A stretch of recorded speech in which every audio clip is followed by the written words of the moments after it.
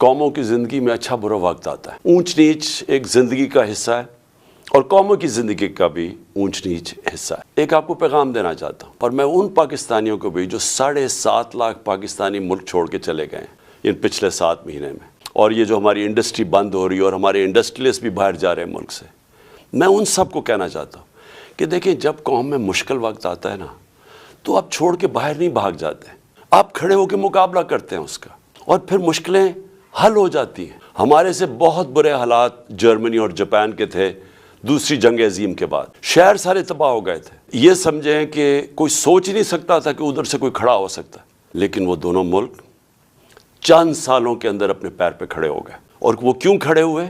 کیونکہ دونوں قومیں تھیں، انہوں نے بحیثیت قوم مقابلہ کیا۔ مشکل وقت کا قومیں مقابلہ کرتی ہیں، یہ نہیں ہوتا کہ جب مشکل وقت آتا ہے تو آپ ملک چھوڑ کے باہر بھاگ جائیں۔ میں اپنی ساری قوم کو کہنا چاہتا ہوں ہم نے مل کے اس کا مقابلہ کرنا ہے۔ یہ جو ہمارے اوپر چور مسلط کیے گئے ہیں ان کا ہم نے مقابلہ کرنا، ہم نے باہر نہیں بھاگ جانا۔ میرے اوپر ہر دوسرے دن کوئی نیا کیس آ جاتا ہے، کبھی ڈسکوالیفائی کریں گے، کبھی اس کو نکال لیں گے، کبھی جیل میں ڈالیں گے، میری لوگوں کے اوپر کیسز ہیں، تو کیا ہم ملک چھوڑ کے تو نہیں باہر بھاگے؟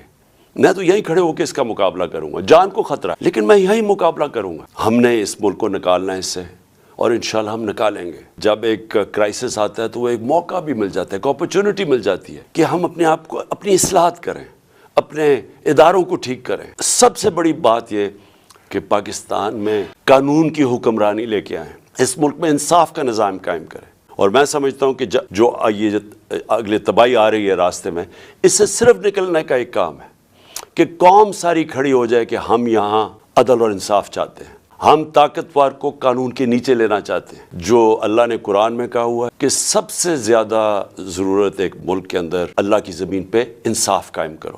نبی صلی اللہ علیہ وسلم نے بھی کہا ہوا ہے کہ بڑی قومیں تباہ ہوئیں جدھر طاقتور کے لیے چوری کرتا تھا تو اس کو نہیں پکڑتے تھے، کمزور کو پکڑتے تھے، وہ تباہ ہو جاتی تھی۔ حضرت ابو بکر جب خلیفہ بنے، حضرت عمر جب خلیفہ بنے، دونوں نے پہلی تقریروں میں کہا کہ ہم انصاف قائم کریں گے، ہم طاقتور کو قانون کے نیچے لے کے آئیں گے۔ تو یہ ہم ساری قوم کو فیصلہ کر لینا چاہیے کہ اگر ہم نے اب اس میں سے نکلنا ہے، قانون کی حکمرانی ہوگی، جنگل کا قانون نہیں ہوگا جو آج پاکستان میں ہے۔